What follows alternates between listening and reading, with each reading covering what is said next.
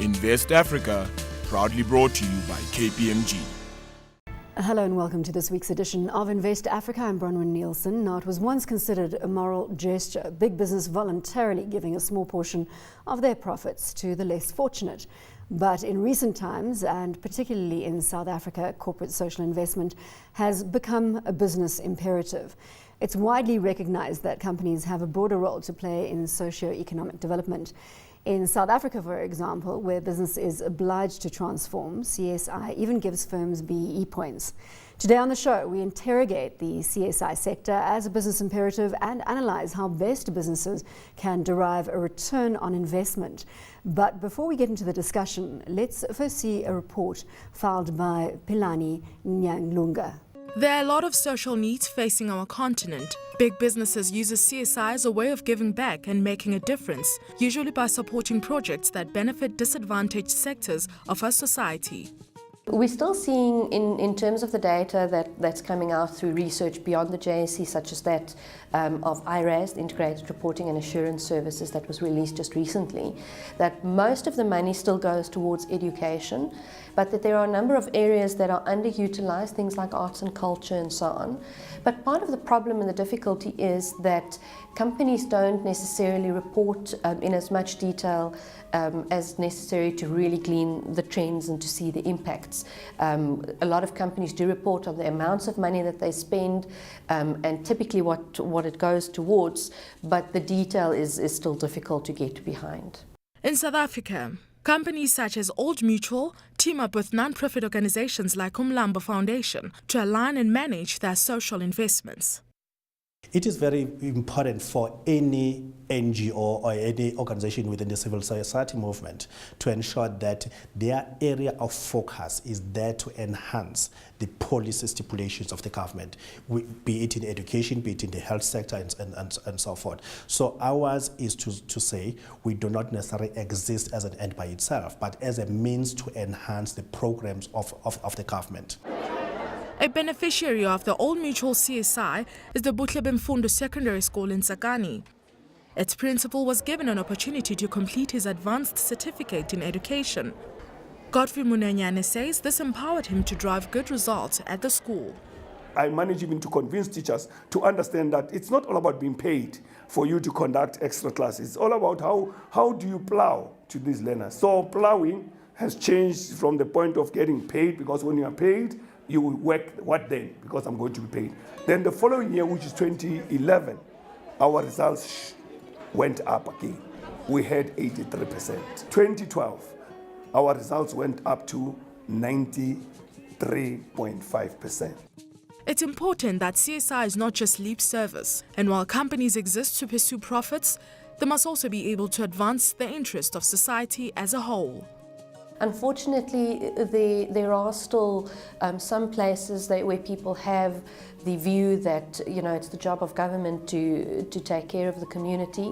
But I also think we see in South Africa a very big commitment amongst our corporate sector to really make a difference. And partnering with government can be of mutual benefit. Government should also not just accept that the corporates will step in where they fail to deliver.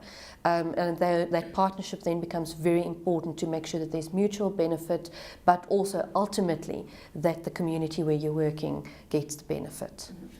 So for corporate social investment to gain universal respect and recognition, it needs to have a measurable developmental impact for both the company and its beneficiaries. Philani, Nyalunga, CNBC Africa, Johannesburg. Joining us to dissect the myriad of issues that accompany CSI in Africa, I'm joined at the desk by Kone Gugushe. She's Divisional Executive for Corporate Social Investment at Nedbank. And then we've got Mtandazo Ngwenya, Chief Financial Officer at Chikululu Social Investments. We're also joined by Yunus Suleiman, Chairman at KPMG. And later we will be linking up to our Lagos studio where Ken Egbah will be standing by. And he's a Managing Partner at True Contact. We'll get that link up in just a moment. Kone, let's start with you. How seriously are companies taking CSI in South Africa and Africa? Well, thank you, Bronwyn. I think CSI, certainly from our perspective, we take it as a business imperative. It is absolutely part of showing our social responsibility and making sure that, as we don't exist in a vacuum, we need to uplift society so that we can make sure that we sustain even the environment of business in which we operate in. Eunice, are we seeing traction? Definitely. I think what we're seeing is that CSI is not seen as a, call it, extension of public relations and marketing anymore. It's got to be separated. It's a strategic business imperative, and it's got to be aligned to the business strategy across the continent. And in fact, recently we, as KPMG, we separated the foundation out of our marketing and communications, and we set up KPMG Foundation, which I'm now chairing as well. And that's how seriously we're taking it. Mtondazo, if you can explain exactly what Tsikululu does, because this is the heart of your business. Well, Tsikululu is an organization that manages a number of outsourced foundations in South Africa. And our primary aim is to reduce the operating cost of this foundation so that far much more money is available to do social development. Working across a number of sectors, we're able to leverage relationships and partnerships with government to deliver on specific CSI initiatives. We pride ourselves by being able to have a helicopter view of what's happening in the sector, but also looking extensively at working with government to deliver on specific priorities that our government has set. Understanding that social development, although a government imperative, needs to be backed up by a commercial sector that benefits off, whether it's minerals or agriculture or whatever environment set up by the state. We're joined by Ken Egbah, Managing Partner at True Contact in Lagos. Ken, appreciate your time this afternoon. If we can just pick up on the SERA Awards, which obviously True Contact has been forging ahead with. Can you give us a little colour on what the awards are about and the impact of CSI in West Africa? Thank you very much for having me. The Nigeria CSR Award, which is the SERA Award, is an award that was designed to promote good corporate citizenship in Nigeria and focusing especially in the areas of corporate social responsibility, which also touches on corporate social investment as well as sustainability as well. And we're in the 7th year, and for the past 7 years it has been a platform for driving the agenda that tries to make companies or organizations in Nigeria understand that they don't have to stand aside and watch issues that touches on development and change, that they could actually be in the driver's seat. And in the past few years, we've had quite an impact in Nigeria. We've been able to increase buy-in in terms of organizations who are engaging in the sustainability and corporate social responsibility or corporate social investment journey. We've had more companies come on board, and we've seen a lot of them. A few years ago, we had a situation where not many of them had even policies.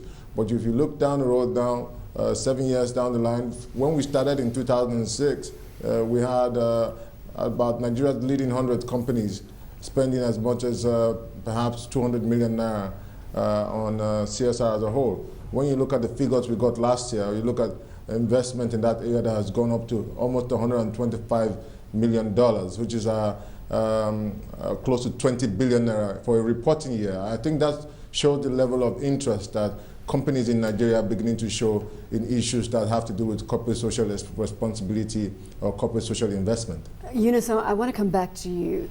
What about it if we looked at a scenario where all corporates pooled the 1% of corporate profits that they need to allocate to corporate social investment?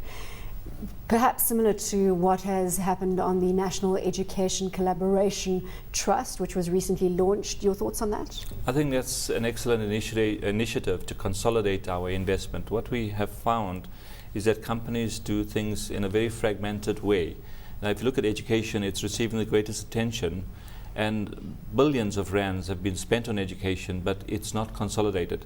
So I think what Sizwe Nkosana's, let's call it, initiative, together with business leadership and the government, recently launched, is essentially to pool those funds and to then select certain districts in which those funds will be spent. So in that way, you uplift the entire district. You could find situations where individual schools have more than one company come and support them, whereas in this case, that could be avoided.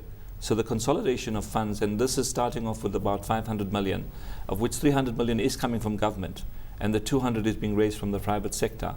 But I mean, I think that that sort of initiative is something we should extrapolate across the continent and to ensure there is no wasted funds. Mtandazo and Kona, you're both agreeing, you're nodding furiously there. Mtandazo, what do you think the viability of that project is? It is about strength in numbers, and surely this is one arena that we should have pooled already. I would say, as an organization, we've been involved in the setting up of the trust. And we value that collaboration across sectors. It's true that spending in a disparate manner reduces impact. And a lot of the organizations that are contributing towards social investment are looking at impact. You know, where is the money going? Is it making a real difference on the ground? And to write a check here and there does not give us that sustainable impact. And then coupled with that is the alignment of the spend with priorities that the state has set. You know, you look at a different school in a different community, what is the Department of Education's plan for that particular district, and aligning social activities with those plans. Ken, coming back to you, just looking at the fact that in 2007 we saw ₦1 billion being allocated to corporate social investment. 2013, around about 23 billion naira. So huge amount of energy and money being put behind corporate social initiatives. That aggressive growth, do you think we're going to continue seeing stats of that nature? I think that we also have a similar problem here in Nigeria, where we have a lot of investment coming in because companies are seeing it more like, okay, company A is doing that, so we have to do it. So we've had more investment go into it without organizations really understanding why they have to do, why they have to involve themselves or engage in corporate social responsibility or sustainability. Though as we go down the line, we are beginning to see many of them beginning to imbibe the ethos and the ethics and the understanding that is required.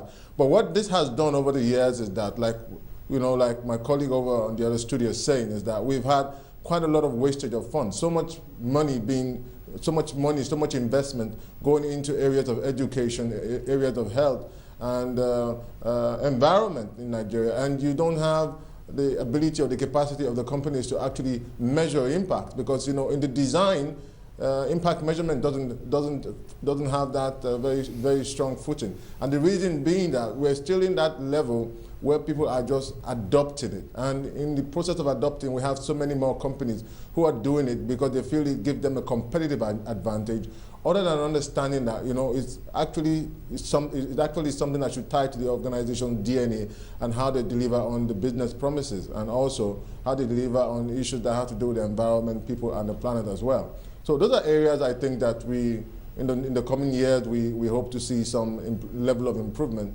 as more of these companies get the right kind of staff, which is one problem we have here in Nigeria. It's a young industry, and we don't have people who have a lot of the expertise, and those who tend to have some level of knowledge are always stuck in the area of philanthropy. And, you know, Ken, I just need to bring it back to I need to bring it back to Johannesburg for a second. Akone, Nedbank having been announced as the socially responsible bank of the year for the second time in 5 years. The first time was in 2009, and that was at the African Banker Awards held in Marrakesh. What does it take to be the socially responsible bank of the year, considering you've won the award twice? Bronwyn, I think, you know, as much as we like to take that accolade, and it actually makes us very proud, we do understand that development is really about collaboration, it's about partnerships, it's about trying to identify what the developmental needs are and putting in solutions that are, one, sustainable, and two, effective. So what we try to do, we spend most of our money in the area of education as well, and we look at the whole pipeline from early childhood development right through to tertiary education. And we also then look at what makes effective schooling system, what makes an effective school, and try and address all the different areas. So we try to integrate our interventions and make them holistic. And we also just span across a wider variety of needs, because we understand that South Africa, or the country and the context that we are dealing with, has various needs.